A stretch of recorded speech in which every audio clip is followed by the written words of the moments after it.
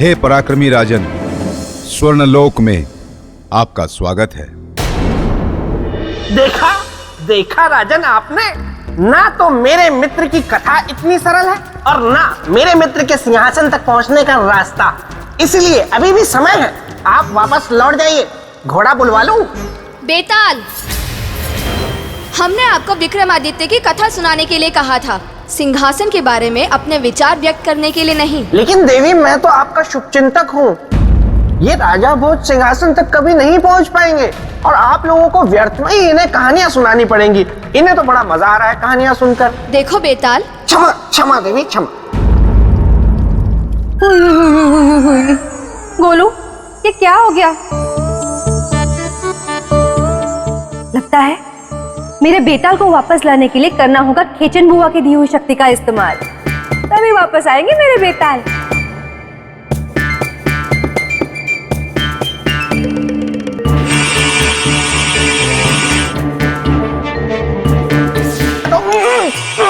ये मुझे क्या हो रहा है? लगता है बेताली ने खेचन शक्ति का प्रयोग कर लिया।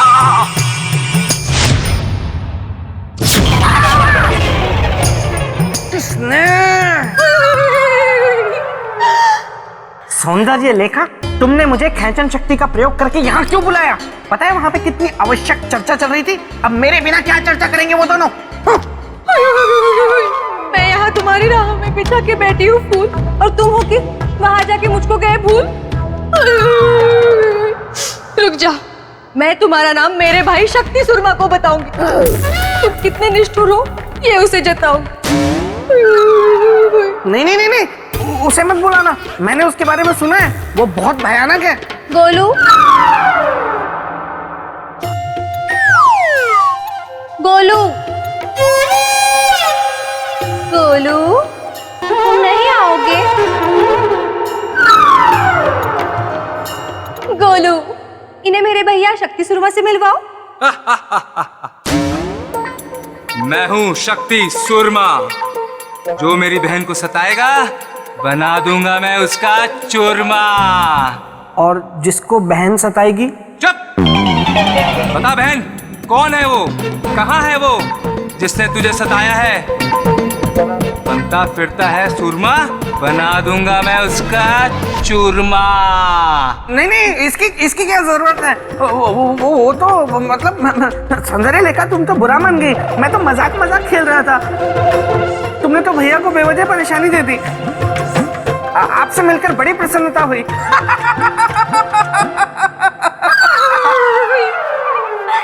है मेरे हृदय के अतिथि, अगर यही है बात तो बताओ मेरे भैया को कब निकाले विवाह की तिथि? चुप! जल्दी बोलो, वरना मैं हूँ शक्ति सुरमा, इस बार तो बना ही दूंगा तुम्हारा चूरमा। नहीं, जब आप लोगों का मन करे, जब आप लोगों का मन करे तब की निकलवा लीजिए अर्थी, मतलब तिथि। देखा बहन तेरे भाई का कमाल, इस बार तो शादी में होगा धमाल। बाप रे, बच गया। लेकिन मैं यहाँ फंसा हुआ हूँ और वहाँ पता नहीं राजा भोज और पुतली के बीच क्या क्या बातें हो रही होंगी। कुछ युक्ति लगानी पड़ेगी। सौंदर्य लेखा, तुम ना प्रेत भूमि जाकर विवाह की तैयारियां करो, तब तक मैं विवाह कुंडल से मिलकर विवाह की तिथि निकलवाता हूँ। सच्ची? हाँ।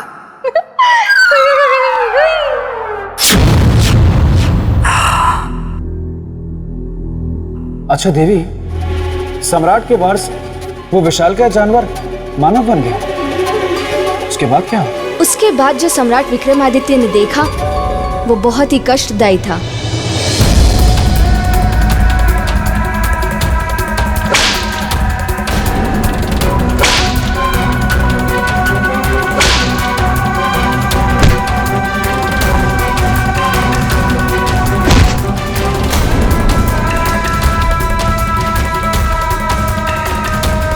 ये स्वर्णलोक है?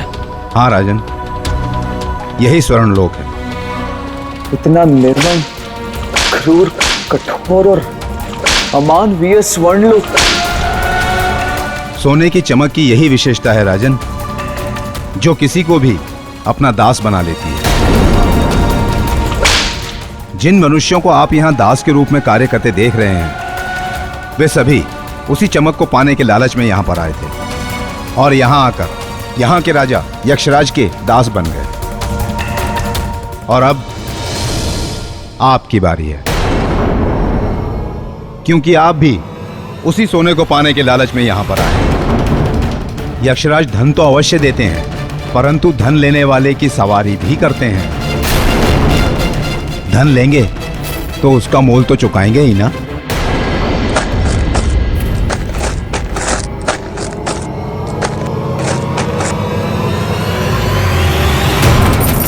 ये क्या कर रहे हैं आप?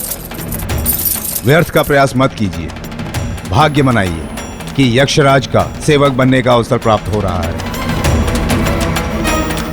धन पाने की इच्छा है ना आपकी, तो जाना तो पड़ेगा ही। राजन, लोभ चाहे धन का हो अथवा सिंहासन का, होता सदा कष्टकारी है। किंतु संसार की विडंबना देखिए कि ये जानते हुए भी वो लोभ को अपने वश में नहीं करता, भागता है केवल। देवी, यदि धन की इच्छा केवल अपने लिए हो तो वह निश्चित रूप से लोभ कष्टकारी है, किंतु यदि वही इच्छा परोपकार के लिए हो, जनहित के लिए हो, तो वो लोभ नहीं, एक सार्थक उद्देश्य है, धर्म है। और धर्म से कष्ट छटते हैं, कष्ट होते नहीं देवी। परंतु एक बात समझ में नहीं आई देवी। कौन सी बात? यही कि स्वर्णलोक में तो लोभियों को दास बनाने की प्रथा थी और सम्राट विक्रमादित्य को तो धन का लोभ था नहीं, तो उन्हें क्यों दास बनाया गया देवी? इसलिए कि चक्रवर्ती सम्राट को स्वर्ण पूर्ति तक पहुंचने से पहले ये सिद्ध करना था कि वे यहाँ आए हैं तो अपना सब कुछ त्याग कर काम, क्रोध, मद, मोह, लोभ, सब कुछ। और वो उनकी परीक्षा थी। कैसी परीक्षा देवी? मैं जानना चाहूंगा। राजन, राजन, आपके उज्जैनी में हाहाकार मच गया है, प्रजा में त्राही मच गई है, घोर संकट आन पड़ा है और तो और शत्रुओं ने आक्रमण कर दिया है। बेताल, ये क्या कह रहे हैं आप? मैं सच कह रहा हूँ राजन, ऐसा कुछ नहीं हुआ है, लेकिन ऐसा हो सकता है क्योंकि जिस राज्य का राजा अपना अधिकतम समय एक सिंहासन के लोभ में किससे कहानियां सुनने में व्यतीत करेगा, तो फिर उसके राज्य में यही सब होगा। बेताल, मैं चुप हूं। पूछे राजन, क्या प्रश्न था आपका? देवी, मेरा आपसे प्रश्न यह था कि जैसे कि आपने मुझे बताया कि सम्राट विक्रमादित्य अपना सब कुछ त्याग, काम, क्रोध, मद, मोह, लोभ, सब कुछ त्याग स्वर्णलोक में गए और ये उनकी परीक्षा थी। देवी, मैं उस परीक्षा के बारे में जानना चाहता हूँ। अवश्य राजन। सम्राट विक्रमादित्य को यक्षराज के सामने ले जाया गया।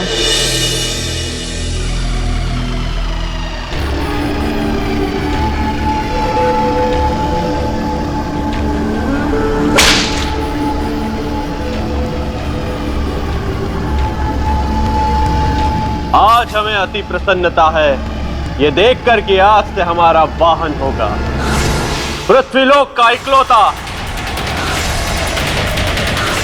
चक्रवर्ती सम्राट विक्रमादित्य।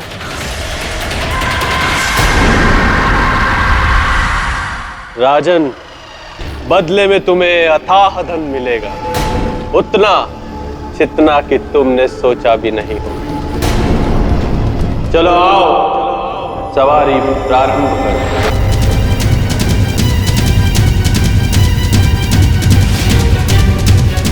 क्षमा करना यक्षराज, पर हम यहाँ धन के लोभ में नहीं आए हैं।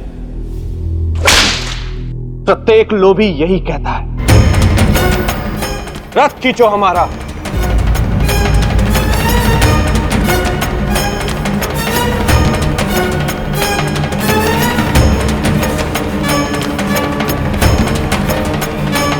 खींचो सम्राट, रथ खींचो, हमें सवारी कराओ। ये हमारा एक दास को आदेश है। यदि मुक्ति चाहते हो तो हमारे आदेश का पालन करो। स्वर्ण चाहिए ना तुम्हें? आओ, रथ को खींचो, खींचो सम्राट, खींचो।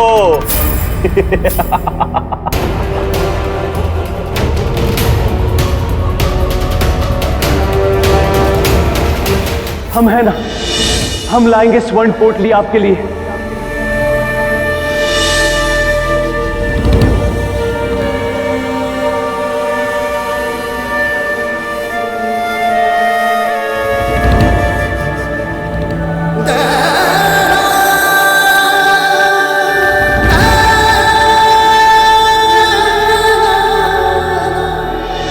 चलो राजन।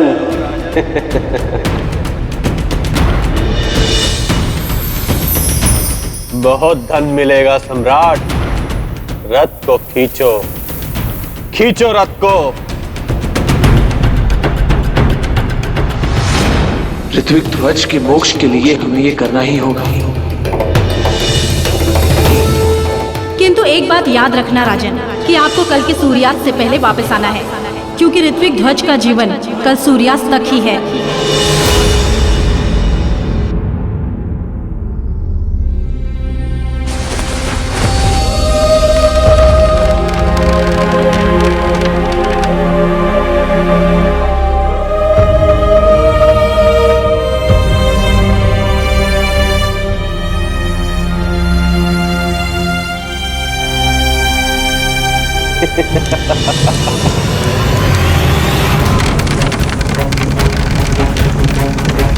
आग! आग! ये आग की लपटें कहां से आई? कोई रक्षा कीजिए हमारी। सम्राट, मेरी रक्षा करो। अरे कोई बचाइए हमें। रक्षा कीजिए सम्राट हमारी।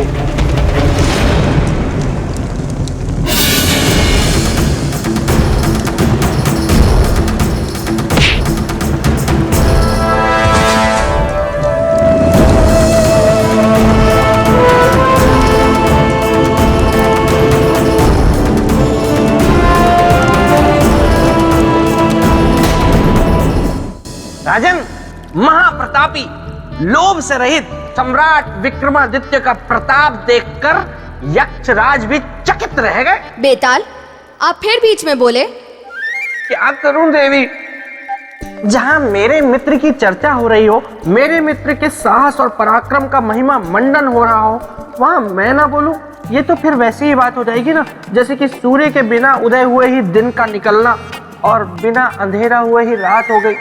मुझे मेरे मित्र की बहुत याद आ रही है।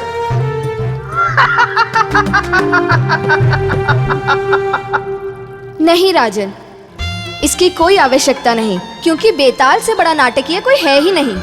और वैसे भी आज अमावस्या की रुक्मणी तिथि है, और इसमें जो भी रोता है ना, उसका बहुत बुरा हाल होता है। कौन रो रहा है? मैं तो नहीं रो रहा। मैं तो बिल्कुल भी नहीं रो रहा। कौन रो रहा है?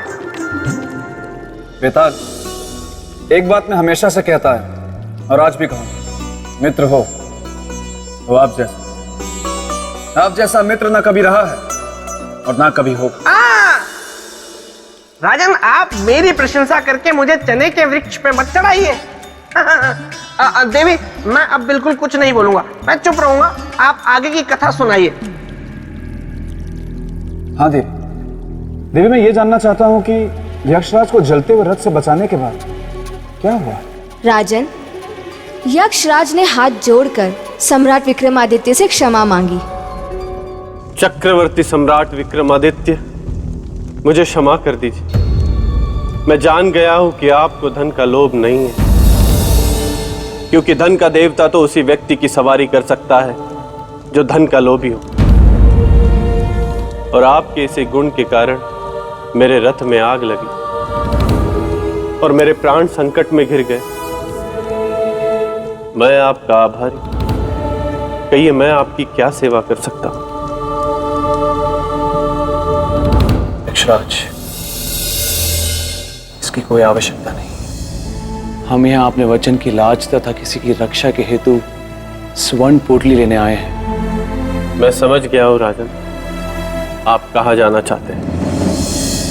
आप जिस मार्ग पर हैं, यहीं से आप अपने लक्ष्य पर पहुंचेंगे। बढ़ते जाइए राजन, जहां न दिखे रास्ता और छा जाए मन पर अंधेरा, रंगों में मिलेगी तब दिशा, यही होगा अवसर सुनहरा। अब मुझे शीघ्र स्वर्ण पोटली लेकर ऋत्विक ध्वज के पास पहुंचना होगा। जल जल दे दो।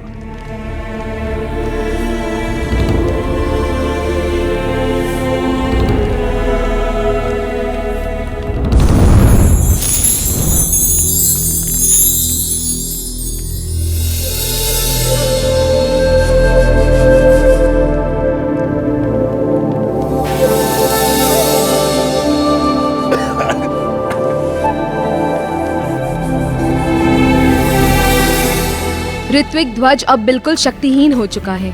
यदि सूर्यास्त से पहले सम्राट विक्रमादित्य स्वर्ण पोटली लेकर नहीं पहुंचे तो वो कभी भी ऋत्विक ध्वज को जीवित नहीं पाएंगे। हाँ तो राजा देवी, अगर आप अनुमति दे दें तो आगे की कथा मैं सुना दूं, क्योंकि देखिए ना चाहते हुए भी बार बार मैं बीच बीच में आपकी सुनाई कथा में विघ्न डाल रहा हूँ, व्यवधान उत्पन्न कर रहा हूँ, मुझसे रहा नहीं जा रहा। तो इससे अच्छा है कि आगे की कथा मैं ही सुना लूं।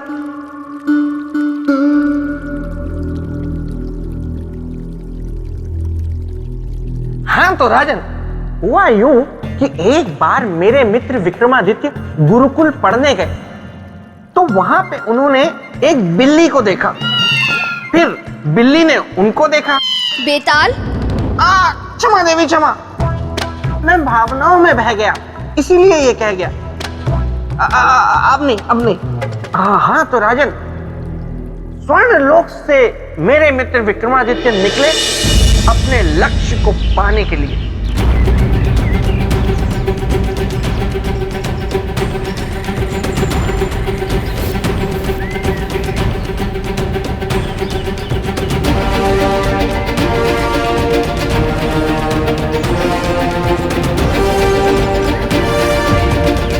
ये कहाँ आ गए हम? इतना घना वन।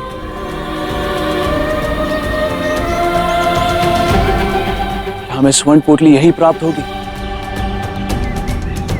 कैसे सुलझाए इस गुत्थी को?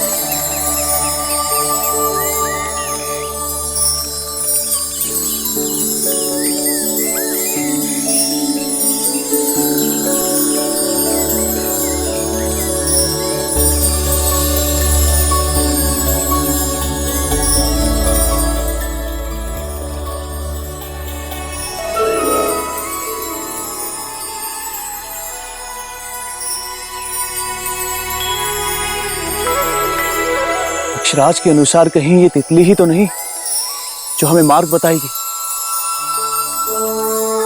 जब ना दिखे रास्ता और छा जाए मन पर अंधेरा, रंगों से मिलेगी तब दिशा, अवसर होगा वही समय।